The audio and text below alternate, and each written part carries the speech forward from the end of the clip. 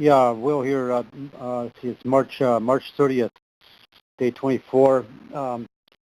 Last night I was on the French River canoeing down that when it was getting dark, and there's a slight halo above the sun. It looked like it was going to clear up, but the halo it was an indication of precipitation, and made a night camp. And then around midnight I started hearing something real slight. It sounded like rain, and then must have been around 2 o'clock. It started raining pretty hard. At first I thought it was snow. The snow would totally stop me in my tracks. And when it snows, you can hit the side of the tent and it'll all slide down. And at night I hit the side of the tent a couple of times, but just to double check it. But rained hard, and I was going to get up at 5 o'clock, and I figured it might be clear, and to hit that long portage trail when it was frozen. But with the rain falling, I slept into about 7:30. And then did the usual chores, and by the time I broke camp, it stopped raining. It was still cloudy. And then I shot several rapids on the French River. Smaller rapids.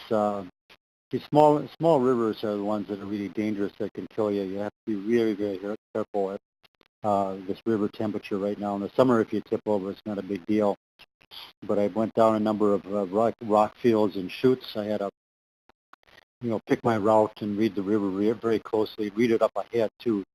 I was both reading it immediately in front of the bow, but then ahead the next set was right above. And then the river would flow into these pools that are very deep, and then the shore ice extends on both sides. That extends into the water, and that was very soft ice, so real trap if you tip over in the pool. I'm not sure if you can get out. But it was a lot of fun. I very enjoyed it. It was very good to be like reading the ice and reading the water and reading the weather. You're always totally right in that very moment. And as long as you're doing that, you're totally okay. But you can't let your awareness slip at all. And most people live their lives pretty much half asleep. But like this here, you've got to be really aware, and that's part of living in the moment. Up here is what's one of the big attractions for me. So then I got through the river and really enjoyed the French. It was just a beautiful river, beautiful, one of the pretty small rivers of that type that I canoed down. And then I took the long French portage, that goes from French River to French Lake. It's about 3-mile portage.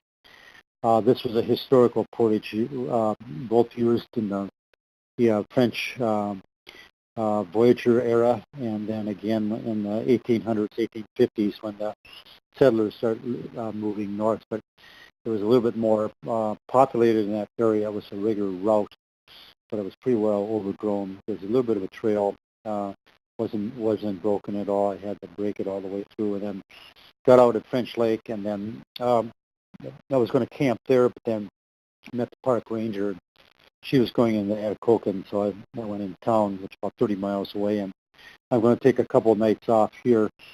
I got a bunch of friends here, meeting a lot of people here, really great people, similar to Ely in a way. It was like a mining town at one time in the 60s with population about 7,500, similar to Ely, and then the mines went, and now it's about 3,600, and but there's a strong canoeing population here, and people that just really like the area. They have stayed, outfitters, pilots, bush pilots, and a lot in common with the people here. So I'm going to take a couple of days off here, rest myself. And the thaw was really, it felt like a summer night.